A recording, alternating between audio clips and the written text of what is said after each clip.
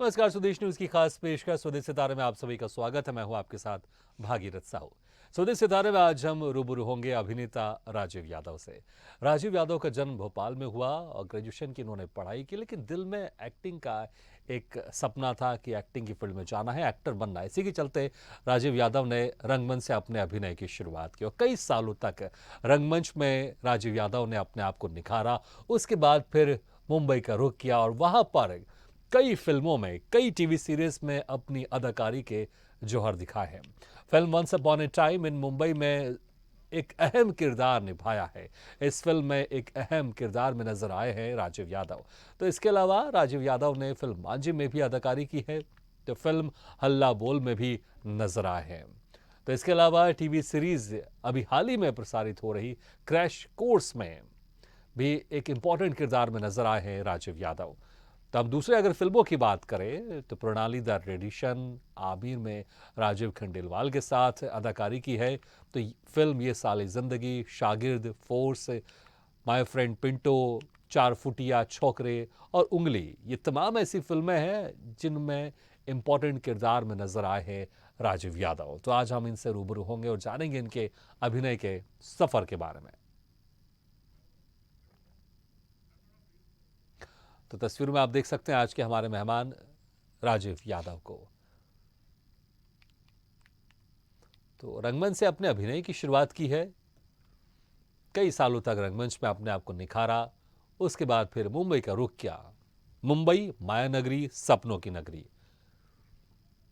सिर्फ देश ही नहीं बल्कि विदेशों से भी अब कलाकार लोग मुंबई आते हैं और वहां पर एक सपना लेकर आते हैं कि वो फिल्म इंडस्ट्री में, टीवी इंडस्ट्री में एक अपना एक नाम बनाएंगे। और अपनी मेहनत से राजीव यादव ने अपने इस सपने को पूरा किया है। कई फिल्मों में अपनी अदाकारी का जौहर अब तक दिखा चुके हैं राजीव यादव और आने वाले दिनों में और कई बहुत सारे प्रोजेक्ट में भी नजर आएंगे राजीव यादव। और इस वक्त हमारे साथ जुड़ गए हैं सीधे अभिनेता राजीव यादव। राजीव यादव जी, आपका बहुत बहुत स्वागत है स्वदेश न्यूज की खास पेशकश स्वदेश सितारे में। नमस्कार। राजीव जी, आपके अभिनय की सफर की शुरुआत रंगमंच से हुई है। तो क्या आपने स्कूल या कॉलेज के समय से आपने डिसाइड कर लिया था कि मुझे अभिनय के क्षेत्र में जाना है, या फिर आप कुछ और करना चाहते थे और आपने शौकिया तौर पर आपने रंगमंच ज्वाइन किया था? नहीं, मैंने उस वक्त ये तो नहीं सोचा था कि मुझे एक्टिंग लाइन में जाना है या रंगमंच करना है। हाँ। उस टाइम मुझे सिंगिंग का बहुत शौक था। अच्छा, क्या मैं बात है। किशोर कुमार साहब को बहुत ही उनका जबरदस्त फैन हुआ करता था मैं। जी। और उन्हीं गाने गुनगुनाता रहता था और अपने कॉलेज फ्रेंड जो लोकल अपने मोहल्ले के दोस्त वगैरह हुआ करते थे उस जमाने में, हाँ। तो हम लोग जब बच्चे होते थे बैठते थे तो फरमाइश होती थी कि राजू भाई कुछ सुनाओ। और हाँ। मुझे तो मैं किशोर साहब के गाने ज्यादा उस टाइम में एज ए सिंगर अपने आप को वो करता था। और फिर मिथुन दा का फैन था। हाँ। डांस भी खूब करता था उस जमाने में मैं। अच्छा। थिएटर हुआ कि अचानक से मेरे एक मित्र हैं पुष्पेंद्र सिंह सेंगर, जी। वो भी अच्छा अभिनेता है, आजकल छत्तीसगढ़ में अच्छा काम कर रहे हैं वो। हाँ। और तो वो मेरे कॉमन फ्रेंड्स थे, तो हम लोग नाइट स्टडी किया करते थे रात को। जी। तो उस टाइम पता नहीं पीटी की शायद परीक्षा देने वाले थे हम लोग। हाँ। तो रात को एक दोस्त था राजेश सक्सेना, उसके घर पे बैठ के हम लोग रात को पढ़ते थे। पढ़ते क्या थे मतलब, उसके पापा डायरेक्टर थे तिलहन संघ में। अच्छा। उसके पास बड़ी बड़ी गाड़ियां थी, ये पेट्रोल गाड़ियां, जी। और हाँ। मतलब 4-5 गाड़ियां थी। तो हम लोग तो रात भर तो पेट्रोलिंग पढ़ाई के नाम में रात में तफरी करते थे आप लोग, ये कहना चाह रहे हैं आप? करते थे, इधर उधर पोहे खाने आ रहे हैं बस स्टैंड। जी। तो हमें हंसी मजाक करता रहता था। हाँ। तो और गाय मस्ती करता रहता था। तो ये पुष्पेंद्र एक नया प्ले शुरू हो रहा था उस जमाने में। जी। इरफान साहब उसको डायरेक्ट कर रहे थे, राज दरबारी। हाँ। तो पुष्पेंद्र कहला तू नाटक करेगा? मैंने कहा हाँ करूंगा। कहला कल आ जा तू शाम को 5 बजे टेगोर हॉल। अच्छा। तो मैंने कहा ठीक है, आता हूँ। मैंने पहुंच गया मैंने हाँ। और उस बाद से जो चस्का लगा है दोस्त, तो वो आज तक छूटा नहीं है। जी। हाँ। बिल्कुल। तो लेकिन वो जो बहुत जी, वो जो आपने कहा आपको पहले सिंगिंग का आपको शौक था, तो ये तो जी हाँ। आपने एक्टिंग की दुनिया में आपने कदम तो रख दिया था, आपने रंगमंच शुरू कर दिया था, लेकिन फिर वो जो सिंगिंग वाला जो आपका एक पहला पसंद था, प्यार था, उसको आपने कैसे आगे बढ़ाया? वो जैसे ही मैं अपने दोस्त यारों में ही गाता रहता हूँ या अकेले भी कई हाँ। बार बैठ के गाता हूँ या रिकॉर्ड कर लेता हूँ अपनी जी। आवाज। हाँ। तो वो शौक तो अभी भी बरकरार है। हाँ, हाँ लेकिन वो जो सिंगिंग का शौक है आप उसको आपने व्यक्तिगत रखा हुआ है और प्रोफेशनल आपने एक्टिंग को बना लिया है। हाँ, मुझे मतलब अब मैंने उसकी विधिवत, देखिए सिंगिंग ऐसी चीज है जी, कि इसकी आपको तालीम लेने की जरूरत है। बिल्कुल। एक्टिंग में भी तालीम तालीम लेने की जरूरत है आपको। हाँ, तो मैंने एक्टिंग में तो एक तरीके से इतना सारा थिएटर किया एमेचर ग्रुप में, और फिर एज ए प्रोफेशनल आर्टिस्ट भी रंगमंडल भारत भवन रेपेट्री में रहा मैं 4 साल। जी। अभी तो आपको ज्वाइन किया तो, और काफी मैंने वर्कशॉप अटेंड की। हाँ, एनएसडी की वर्कशॉप की मैंने माहेश्वर वाली, और जितनी भी वर्कशॉप होती थी मैं लगभग उनको कोशिश करता था कि अटेंड करूं। तो एक हाँ।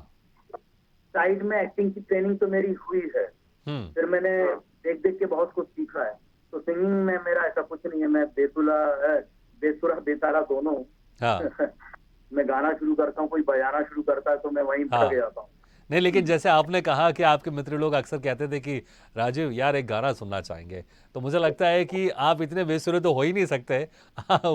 वो बात अलग, वो ज़रूर अलग है कि आप अपने आप को कम आंकते होंगे, लेकिन मुझे लगता है कि आपके जो मित्र हैं, जो आपके आसपास लोगों को आपका गाना सुनना बड़ा अच्छा लगता होगा।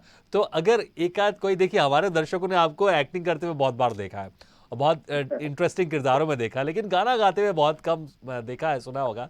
तो अगर कोई एक आध कोई लाइन अपनी मनपसंद आप गाने की गुनगुना दें, मुझे लगता है बड़ा अच्छा लगेगा।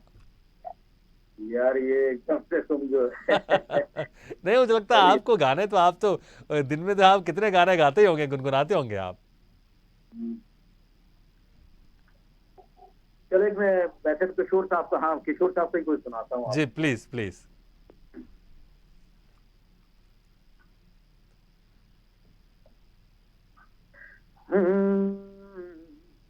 फूलों के रंग से, दिल की कलम से, होली की रोज पाती, वाह। कैसे बताऊं किस किस तरह से, पल पल मुझे तू सताती, तेरे सपने लेकर के सोया, तेरी ही यादों में जागा, तेरे ख्यालों में उलझा रहा यूं, जैसे कि मालाओं में धागा। हाँ, बादल बिजली चंदन पानी जैसा अपना प्यार लेना होगा जन्म हमें कई कई बार। हाँ, बस ये है। नहीं नहीं, बहुत खूब बहुत खूब, इसमें कोई शक नहीं। आप जब गा रहे थे मुझे बड़ा अच्छा लग रहा था, और मैंने आपसे शुरू में वही कहा कि ऐसा हो ही नहीं सकता कि आप बेसुरे हो। भले आप अपने आप को कम आंकते हो, लेकिन आपके जब मित्र आपका गुजारिश करते हैं तो डेफिनेटली हाँ वो गाना अच्छा लगता होगा जब आप गाते होंगे, इसमें कोई शक नहीं है। अच्छा, उसके बाद हाँ, फिर जब ये, जी जी, आप कुछ कह रहे थे, कुछ कह रहे थे आप। नहीं नहीं, मैं दोस्त लोग तो एक दोस्त को अप्रिशिएट करते ही हैं यार। हाँ। क्योंकि नहीं नहीं कभी नहीं, देखिए, जैसे लेकिन दोस्त जो होते हैं वो कभी झूठा अप्रिशिएट भी नहीं करते, मैं आपको बता रहा हूँ। अगर अच्छा नहीं गाओ तो बोलेंगे यार गाना बंद कर दे, कान फट रहा है। क्योंकि दोस्त लोग होते ऐसे ही है कि दिल खोल के कहते हैं जो वाकई सच होता है, तो वो अप्रिशिएट करते हैं क्योंकि आप अच्छा गाते हैं, इसमें कोई शक नहीं है। अच्छा राजीव जी, उसके बाद फिर ये जो एक्टिंग का जो सफर था आपका, कैसे आगे बढ़ता गया? क्योंकि जब आप रंगमंच कर रहे थे, क्योंकि आप रंगमंच पे, आप एक्टिंग की फील्ड में आना चाहते ही नहीं थे, तो क्या आप सिर्फ रंगमंच करना चाहते थे या मुंबई आप जाना चाहते थे और इस फील्ड में आप आगे और जाना चाहते थे, फिल्में करना चाहते थे जब आपने रंगमंच ज्वाइन किया था आपने? मैं सच बताऊं तो जब मैंने रंगमंच ज्वाइन किया, हाँ। उस वक्त मेरे दिमाग में कुछ नहीं था कि आगे मुझे क्या करना है। जी। मतलब कोई प्लानिंग ही नहीं थी। हम्म। और बस मुझे मजा आ रहा था, मेरी एक शाम अच्छी बीत रही थी। हाँ। मैं रिहर्सल्स नहीं भी होती थी, कोई प्ले जिस प्ले में मैं कास्ट नहीं हुआ होता था, तो भी मैं ऐसे लोगों को, ऐसे जगह ढूंढता था जहाँ पे कोई प्ले हो रहा हो और उसमें म्यूजिक हो, तो अच्छा।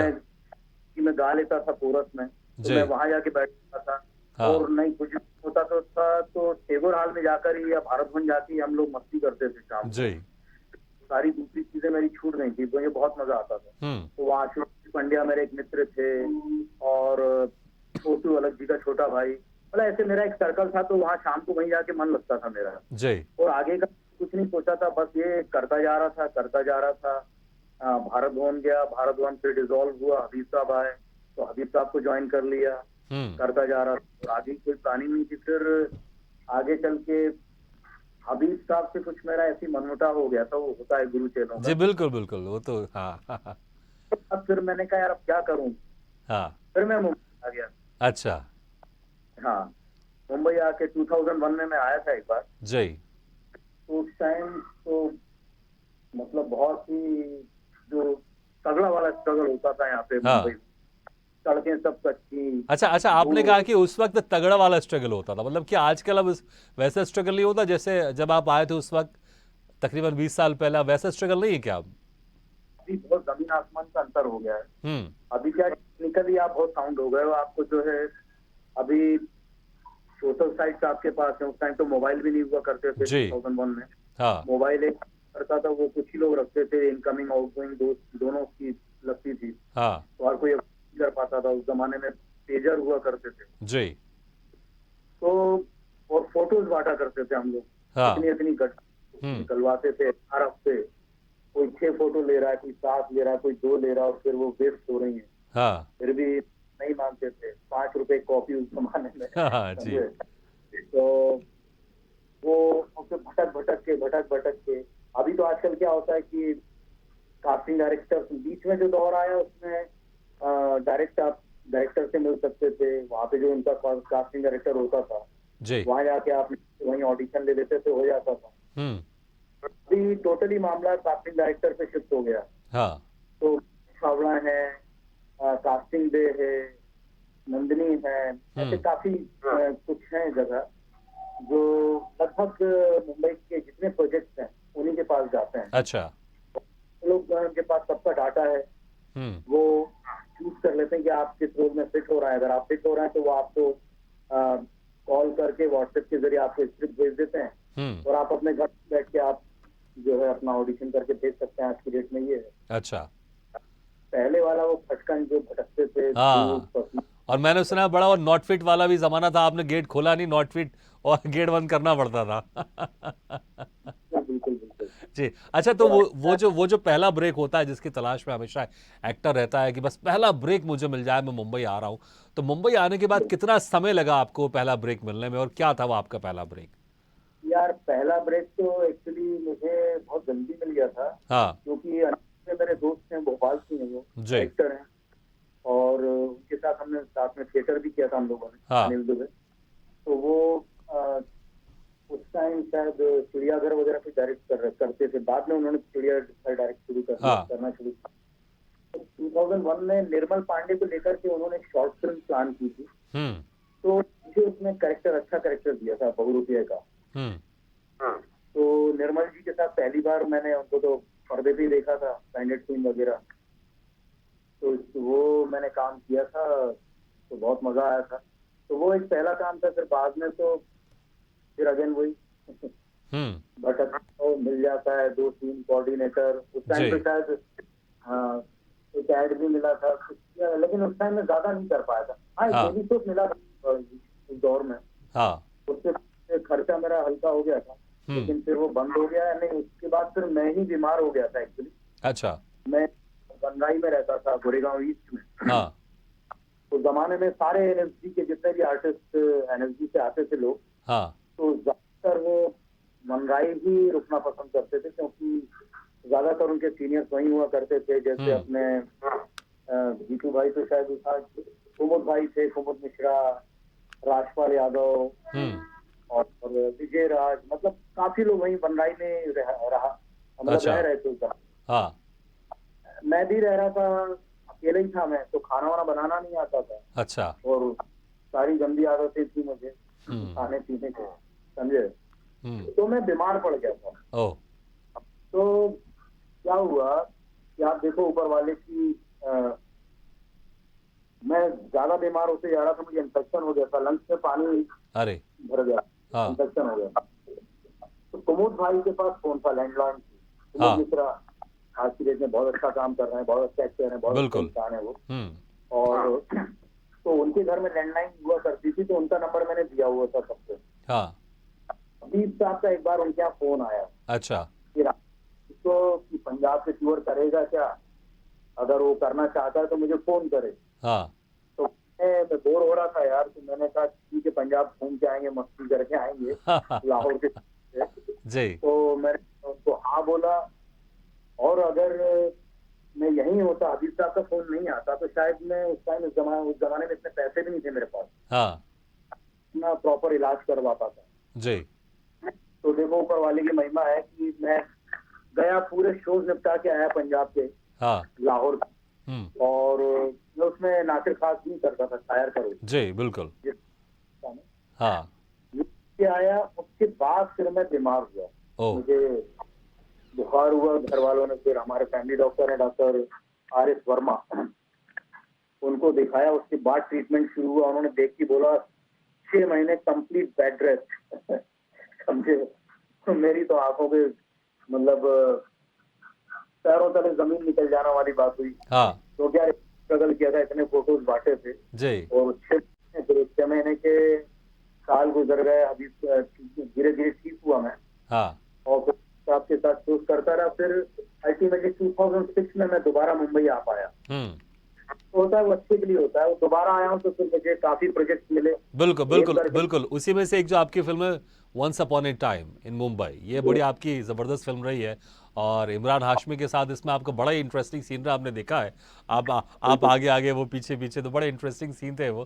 तो कैसे कैसे था इसका एक्सपीरियंस? कोई ऐसा इंटरेस्टिंग वाकया अगर आपको याद आ रहा हो, क्योंकि इसमें बहुत बहुत सारे कलाकार थे, अजय देवगन भी थे, और इमरान हाशमी थे वे, और रणदीप हुड्डा भी थे, बहुत सारे कलाकार थे, और आपके बड़ा इसमें इंटरेस्टिंग किरदार रहा है आपका। तो कैसा एक्सपीरियंस था इस फिल्म का आपका? मेरा बहुत अच्छा एक्सपीरियंस है इस फिल्म में। मिलन सर, मतलब उनके पहलू से, तो इतने अच्छे इंसान हैं और इतने अच्छे डायरेक्टर हैं वो। और मुझ जैसे नए आर्टिस्ट को भी उन्होंने इतना कंफर्ट रखा। इवन अजय देवगन, इमरान हाशमी, जी। रणदीप हुड्डा। हुड्डा के साथ तो मैंने पहले एक और फिल्म कर चुका था मैं। अ, वो रिलीज नहीं हुई, एक फिल्म भोपाल में शूट, कुशल प्रसाद का भूत, हाँ। करके परेश रावल को। जी। तो फिल्म रिलीज थी, तो उसमें भी रणदीप सर के साथ इंटरेक्शन हो चुका था मेरा। हाँ। तो बहुत ही मतलब महसूस ही नहीं होने दिया इन लोगों ने कि बहुत बड़े सुपरस्टार हैं, जी। और इनके साथ काम किया मैंने। और मेरे जितने भी चेजिंग शॉट्स हैं उसमें सिर्फ मैं और इमरान हाशमी, दो वैनिटी हुआ करती थी उस टाइम पे। मतलब एक मेरी और एक इमरान, क्योंकि तीसरा कोई एक्टर ही नहीं था। हाँ। और इमरान सर ने भी मतलब बहुत अच्छे से मुझे कंफर्ट जोन में रखा। और मतलब मैं बता नहीं सकता, बहुत अच्छे लोग हैं ये। मतलब जो जितने बड़े हैं ना, जी। जिनको अपन देखते हैं। तो मेरा तो पर्सनल एक्सपीरियंस यही है कि इन लोगों ने मतलब ये वाकई में बड़े हैं, हर लेवल पे बड़े हैं, समझे। और जब हम ये चेजिंग शॉट कर रहे थे, ये पर्दा पर्दा जो गाना चल रहा था, तो बारिश हुई थी उस जमाने में। तो बैम्बू के ऊपर मैं चढ़ता हूँ, तो पानी से वो पूरा जो है गीला था बैम्बू। अच्छा। तो मेरे लेदर के शूज थे यार। अब मैं चढ़ा और वहां से नीचे कूदना था, तो हालांकि कूदा तो डुप्लीकेट था, लेकिन मुझे क्या एक्शन करना था पैर ऐसे कि मैं कूद रहा हूँ। अच्छा। तो मैंने पैर से ऐसा एक्शन किया, वो स्लिप हुआ, और भाई साहब मेरा इतना जो है पूरा पैर ऐसा मुड़ गया। ओह। तो यहाँ के टिश्यू ब्रेक हो गए। 4 महीना मैं बेड पे रहा, लेकिन फिर भी सर ने बहुत सपोर्ट की। सर मुझे, मिलन सर मुझे छोटा अनीस वजी के नाम से बुलाते थे, क्योंकि मेरा लुक जो है, अनीस वजी डायरेक्टर है, हाँ। वगैरह डायरेक्ट की, जी। तो वो छोटा वजी कह के। और उन्होंने नो डाउट इतने बड़े आदमी हैं, अपने एक इंटरव्यू में मेरा जिक्र किया हाँ। कि चोट लग गई थी और ऐसा ऐसा। जी। वरना हम तो छोटे मोटे लोग यार, कौन हमारे याद रखता है या क्या रखता नहीं, है। देखिए उन्हीं को याद रखते हैं जो अच्छा बेहतर काम करते हैं, और आप लगातार बहुत अच्छा काम आप करते आ रहे हैं। अच्छा, अभी बहुत सारी फिल्में तो आपने की है, लेकिन अभी आजकल अब ओटीटी प्लेटफॉर्म का भी ज़माना चल गया। एक अभी हाल ही में टीवी सीरीज रिलीज हुई, क्रैश कोर्स है।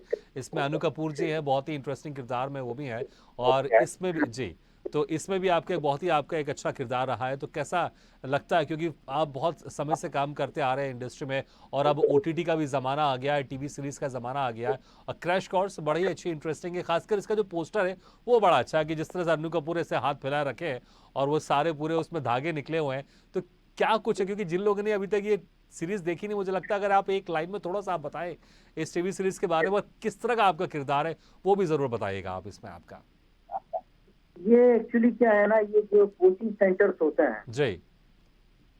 उनके बीच का वो कंपटीशन और पॉलिटिक्स है, सारी चीजें, हाँ है ना, कैसे एक दूसरे को नीचे दिखाते हैं या फिर स्टूडेंट्स हायर करते हैं जी तो हायर करते हैं, तो वो सारी वो पॉलिटिक्स है। मैं उसमें एक प्रेस रिपोर्टर हूँ, हाँ गोविंद नाथ, जो कि शायद चीजों को उजागर करता है, फिर वो शहर उसको छोड़ना पड़ जाता है, ओके बस ये है। हम्म तो जी ये था डायरेक्टर विजय मौर्य, वो कमाल के डायरेक्टर हैं, तो थिएटर से हैं, वो थिएटर हाँ बैकग्राउंड है। मैंने सिर्फ अपना एक ऑडिशन लिंक भेजा था हाँ और मुझे इस प्रोजेक्ट के लिए ऑडिशन भी नहीं किया था, वो देख के उन्होंने ओके कर दिया था। अच्छा और बहुत ही कमाल इंसान है यार वो विजय मौर्य, मतलब आप थिएटर बैकग्राउंड है, मकरंद सर वगैरह सब वो लोग साथ में थिएटर किए हुए हैं, जी मैक्स सर के साथ थिएटर किया हुआ है उन्होंने। हाँ तो बहुत अच्छा एक्सपीरियंस रहा। और अनु सर तो कमाल है, उनके तो सर वर्सेटाइल एक्टर है, बिल्कुल सिंगर। इसमें कोई शक नहीं है। अच्छा जैसे आपने एक आपने थिएटर का जिक्र किया था नाटक का, जिस लाहौर ने व्याख्या, जिस लाहौर ने किसका? व्याख्या, आपने इसमें नासिर का किरदार निभाया था, आपने जो शायर थे। और मुझे लगता है अगर कोई एक आध शायरी अगर आपको याद हो उस किरदार की, तो जाते जाते वो एक आध शायरी जरूर सुनना चाहेंगे आपसे, अगर आपको याद हो तो। हाँ हाँ यार, जी तो पहले ही शेर वो था कि वक्त के साथ हम जिए नासिर, वक्त के साथ हम जिए नासिर, खारो खस की तरह बहाए गए। वाह एक्चुअली पार्टीशन पे बेस्ड है, जी तो बिल्कुल खारो खस की तरह बहाए गए, वो बहुत गहरी लाइन है, उन्होंने जो हाँ नासिर काजमी ने, तो बिल्कुल बहुत बिल्कुल वाकई बहुत बहुत इसमें गहरी बात आपने कही, और बहुत ही एक अच्छा प्ले भी था जिस लाहौर ने व्याख्या, क्योंकि इसमें पाकिस्तान में एक हिंदू महिला वहाँ पर रहती है, और पार्टीशन के समय का जिक्र है कि किस तरह से वहाँ पर जो एक मुस्लिम परिवार रहता है वो इस हिंदू महिला का पूरा ख्याल रखता है। तो बहुत ही एक अच्छा एक कहीं ना कहीं एक आपसी सौहार्द को लेकर भी फिल्म ये रंगमंच का एक प्ले रहा है, और बिल्कुल एक जाना माना प्ले, इसमें कोई शक नहीं है। और आपका वो किरदार बड़ा इंटरेस्टिंग किरदार है इसमें। अच्छा राजीव जी, बहुत सारे काम है तो समय बहुत कम है, उन सारे कामों पर तो हम जिक्र नहीं कर सकते, लेकिन भविष्य के लिए आपको बहुत बहुत शुभकामनाएं। आप ऐसे हंसते रहे, मुस्कुराते रहे, और समय निकालकर आपने हमारे इस कार्यक्रम में शिरकत किया, इसके लिए बहुत बहुत शुक्रिया आपका। जी थैंक यू वेरी मच। आपने मुझे इनवाइट किया, पहली बार शायद मैं किसी प्लेटफॉर्म पे इंटरव्यू दे रहा हूँ, क्योंकि मैं यार लिटरली में बताऊं, मैं ये समझता ही नहीं हूँ कि मैं अभी कहीं सामने आ सकता हूँ। मैंने ऐसा कोई काम नहीं किया। नहीं देखिए, वो मैंने फिर कहा कि आपने अपने सिंगिंग को भी आपने अंडरएस्टिमेट किया था, और आप कलाकार तो बहुत अच्छे हैं ही, इसमें कोई शक नहीं, क्योंकि आपके बहुत सारे काम हैं, हमारे दर्शक आपको देखते रहते हैं। लेकिन बहुत बहुत शुक्रिया एक बार फिर से हमारे साथ मैं जुड़ने के ऐसा लिए। करूं कि दर्शक खुद बोले जी मेरे बारे में, मुझे बोलना पड़े। बिल्कुल और आप दुआ बिल्कुल। कीजिए ऐसा कोई काम मुझे जल्दी ही मिले, नहीं, है हमारे ना। ऑफिस में ही एक हमारे कलीग ने कहा, अरे इनको तो हमने देखा है, हिमेश रेशमिया, ये इमरान हाशमी इनके पीछे भाग रहे थे once upon a time in Mumbai में। चलिए इमरान, राजू जी समय कम है, इसलिए आपसे इजाजत लेना पड़ेगा, लेकिन बहुत बहुत शुक्रिया हमारे साथ जुड़ने के लिए। तो सुदेश सितारे में आज हम रूबरू हुए अभिनेता राजीव यादव से। अगली बार हम फिर किसी शख्सियत से मुलाकात करेंगे, तब तक के लिए दीजिए इजाजत, लेकिन खबरों का सिलसिला लगातार जारी है। आप देखते रहिए स्वदेश न्यूज, सबसे पहले पेश।